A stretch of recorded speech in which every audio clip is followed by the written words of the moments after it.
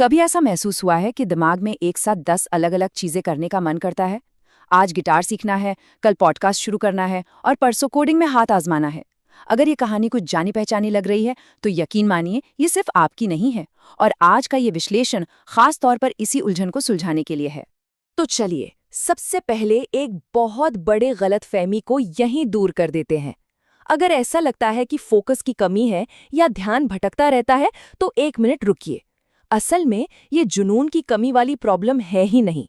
ये प्रॉब्लम है एक सही स्ट्रैटेजी, एक सही रणनीति के न होने की। इस हालत को कहते हैं मल्टी पोटेंशियलाइट प्रॉब्लम। इसको ऐसे समझिए जैसे आप किसी शानदार बुफे में हैं।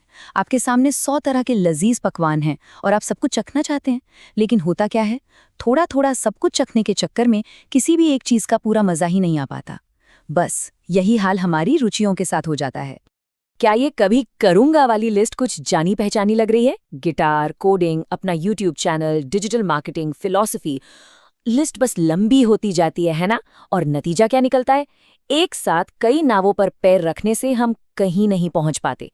बस शुरू करने और अधूरा छोड़ने का एक न खत्म होने वाला सिलसिला बन जाता है, जो आखिर में सिर्फ फ्रस्ट्रेशन देता है। तो चलिए अब अपनी सोच को थोड़ा बदलते हैं। असली समस्या अनगिनत रुचियां होना नहीं है, बल्कि उन्हें संभालने के लिए किसी सिस्टम का न होना है। हमें उस एक पैशन को खोजने के खेल से बाहर निकलकर अपनी सभी रुचियों को समझदारी से ऑर्गेनाइज करने पर ध्यान देना होगा। हम अक्सर इस जाल में फंस जाते हैं कि हर इंटरेस्ट को करियर बनाना जरूरी है, हर शौक से पैसा कमाना जरूरी है। लेकिन सच ये नहीं है। मकसद अपनी रुचियों को खत्म करना नहीं है, बल्कि उन्हें इस तरह से व्यवस्थित करना है कि असल में कुछ प्रोग्रेस हो सके, हम आगे बढ़ सके। तो इसका समाधान क्या है? इसका जवाब है एक बहुत ही सिंपल लेकिन powerful system, the 3 bucket system. यह आपकी सभी रुचियों को उनकी सही जगह पर रखने और इस सारे कंफ्यूजन को हमेशा के लिए खत्म करने का एक शानदार तरीका है। चलिए इन 3 बकेट्स को एक आसान से उदाहरण से समझते हैं। पहला बकेट है मनी मेकर या पैसा कमाने वाला। ये वो स्किल है जिससे घर चलेगा, बिल्स पे होंगे। मान लीजिए आपको लिखना पसंद है और कंटेंट राइटर्स की डिमांड भी है, तो ये आपका मनी मेकर हो सकता है। दूसरा बकेट है सोल स्टफ यानी आत्मिक शांति। शायद आपको गार्डनिंग का शौक है, पौधों के बीच वक्त बिताकर सुकून मिलता है। ये आपकी आत्मा के लिए है और इसका सबसे ज़रूरी नियम है, इससे पैसे कमाने की टेंशन नहीं लेनी। और तीसरा क्यूरियोसिटी शेल्फ यानी जिज्ञासा शेल्फ। वो जो वीडियो एडिटिंग या स्पेनिश सीखने का मन था, उसका क्या? वो सब यहाँ जाएगा। हम उसे भूल नहीं रहे हैं, बस अभी नहीं वाले खाने में पाक कर रहे हैं। तो ठीक है, अब हमने अपनी सभी रुचियों को उनकी सही जगह पर तो रख दिया, लेकिन अब एक्शन कैसे लें? और इसके लिए हम इस्तेमाल करेंगे 80-20 नियम का। इसका सीधा सा मतलब है कि हम अपनी 80% मेहनत और एनर्जी उस एक चीज पर लगाएंगे जो इस वक्त सबसे ज्यादा मायने रखती है। जैसा कि यहाँ दिख रहा है, ये बहुत ही सीधा सा हिसाब है।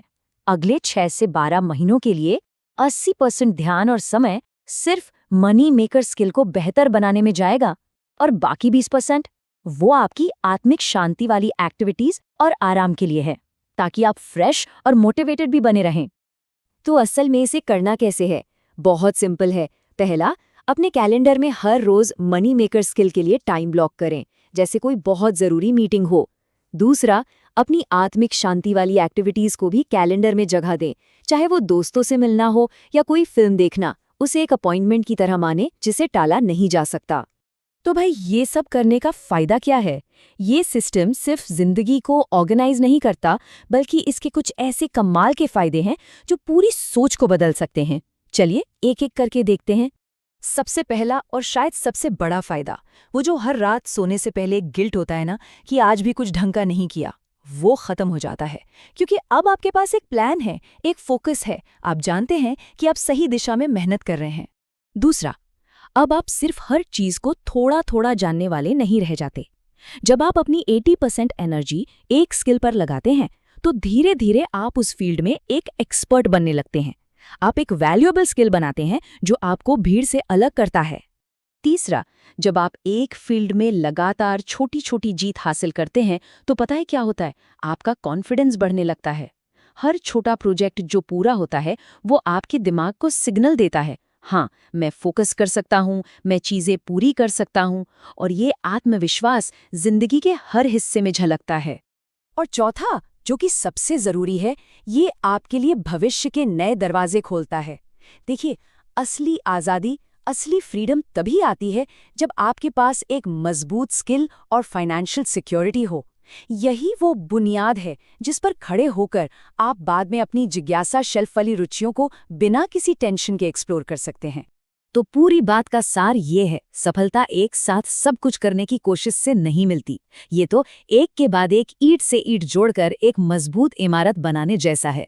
ये असल में एक साथ फैली अराजकता से एक एक करके आगे बढ़ने की यात्रा है। जरा उन लोगों के बारे में सोचिए जिन्हें हम सब एडमायर करते हैं, जो कई चीजों में माहिर लगते हैं। क्या उन्होंने सब कुछ एक साथ शुरू किया था? नहीं, बिल्कुल नहीं। उन्होंने पहले एक चीज में महारत हासिल की और फिर उस सफलता को दूसरी चीजों के लिए सीढ़ी की तरह इस्तेमाल किया। तो जाते जाते मैं आपको इसे एक पावरफुल सवाल के साथ छोड़ना चाहता हूँ। क्या होगा अगर जिंदगी का लक्ष्य उस एक सही चीज को खोजना है ही नहीं, बल्कि सिर्फ ये तय करना है कि हमारे लिए अगली सही चीज क्या है?